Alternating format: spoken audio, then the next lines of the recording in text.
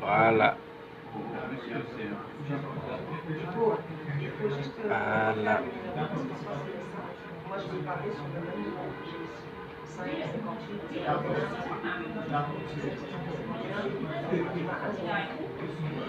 Excusez-moi s'il y a un peu du bruit parce qu'en même temps je suis au travail, donc je suis en train de superviser les agents qui ont en train de travailler là, donc moi je suis derrière. Donc voilà.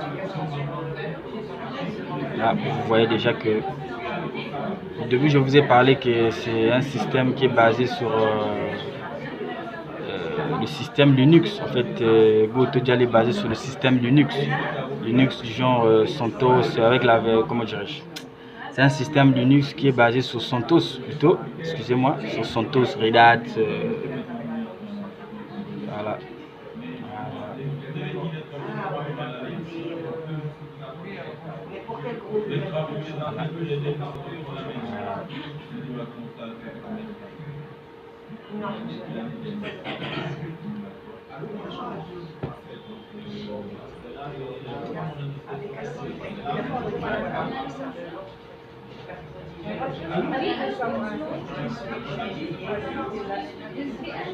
Ouais, en fait,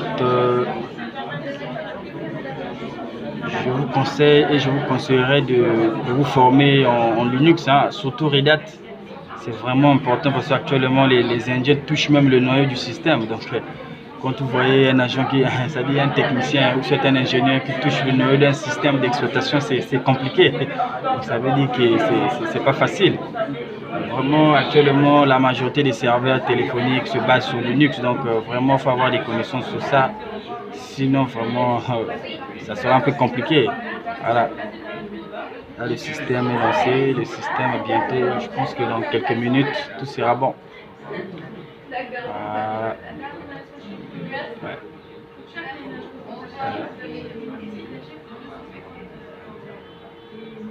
Voilà.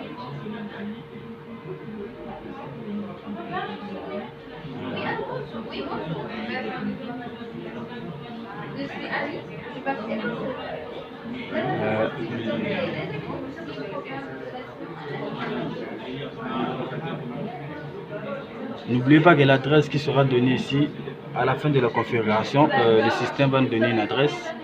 Et cette adresse-là, vous devez faire un découpage. Donc, ceux qui ont fait les VLAN savent, ceux qui ont fait un peu du switching savent. Donc, forcément, vous devez faire un découpage. Donc, la machine physique, la machine virtuelle et la machine physique les deux doivent être dans un même réseau. Donc, voilà. Donc, tout va se passer dans le centre de partage, donc dans le paramétrage. Voilà. Je pense que c'est dans quelques minutes, tout ira bien. En fait.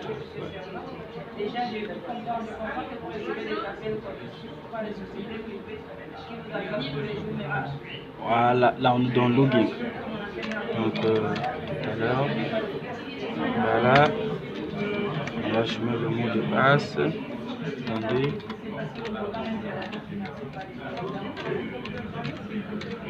Voilà. Voilà.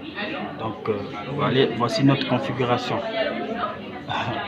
Donc ici on n'a pas besoin ici on ne va pas nous donner une interface. Ici c'est tout simplement l'adresse IP. Donc, pour ceux qui savent l'adresse IP pour les informaticiens ils savent déjà. Donc nous on aura juste besoin de cette adresse.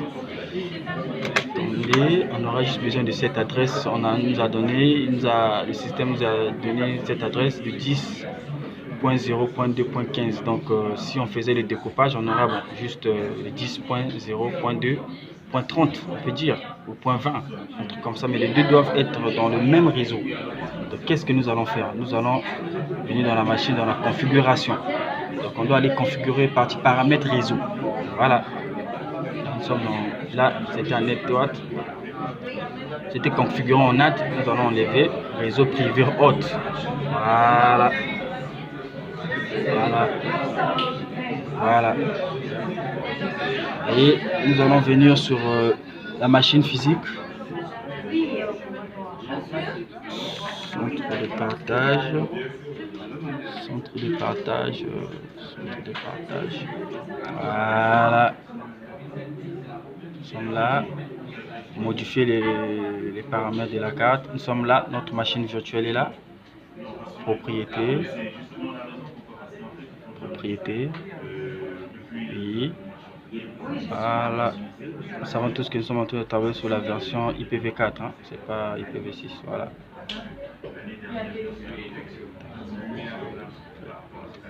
On peut mettre 20 pour ne pas valider les paramètres.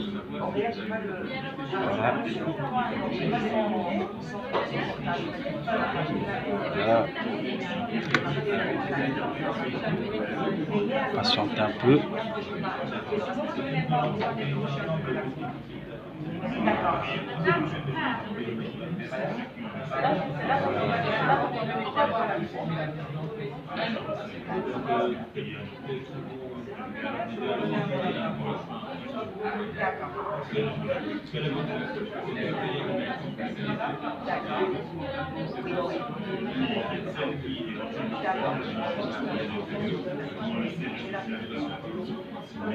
Voilà, nous allons venir sur la page web. Voilà, nous savons tous que le HTTPS, c'est un protocole de communication. Donc voilà, HTTPS. Donc Hypertext Transit Protocol. Hein. Donc voilà, on va lancer le protocole. On va mettre notre adresse IP. Vous voyez, c'est le 15, c'est déjà sorti. Voilà. Voilà, on a réussi notre configuration, nous avons réussi. Voilà, on accepte les risques. Donc, quand on vous... Voilà. Admin.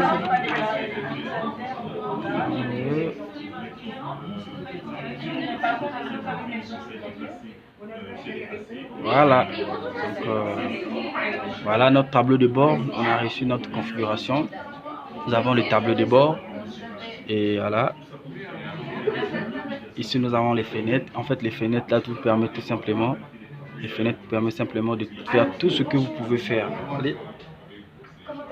Ici, nous avons le tableau de bord. Ici, nous avons tous les systèmes, les scripts, utilisateurs. Voilà. Ici, nous avons comment on appelle ça, le paramétrage. Donc, tout va se passer ici. On va venir là où on demande le SIP. Voilà. Voilà. Ici, on dira manuellement parce que la configuration sera faite manuellement. Next. Voilà. Donc, le grand problème va se passer. C'est-à-dire, en fait, le problème, c'est ici. Ici, si vous ratez la configuration, ici, le système ne va pas marcher. Pourquoi? Parce que c'est ici que vous allez, comment dirais-je, introduire le SIP. Comme je vous ai dit que le SIP, c'est une adresse que votre fournisseur d'accès va vous donner. Mais moi, personnellement, je vais créer un SIP. En tant qu'ingénieur, je vais créer un SIP comme ça. Ça va me permettre de me connecter. Je ne peux pas lancer l'appel parce que je n'ai pas le crédit, parce que je dois acheter les minutes. Voilà, on va créer un site. Attendez, je vais prendre 1.2.20. Voilà, tout est accepté. Soumission. Oui. Cela ne va pas marcher parce que là, on nous dit que c'est inactif, donc on doit revenir à nouveau. Voilà, ici on dit non, oui, Y c'est oui. Sauvegarder le système, voilà. Bon, tout est là. Ici on va voir.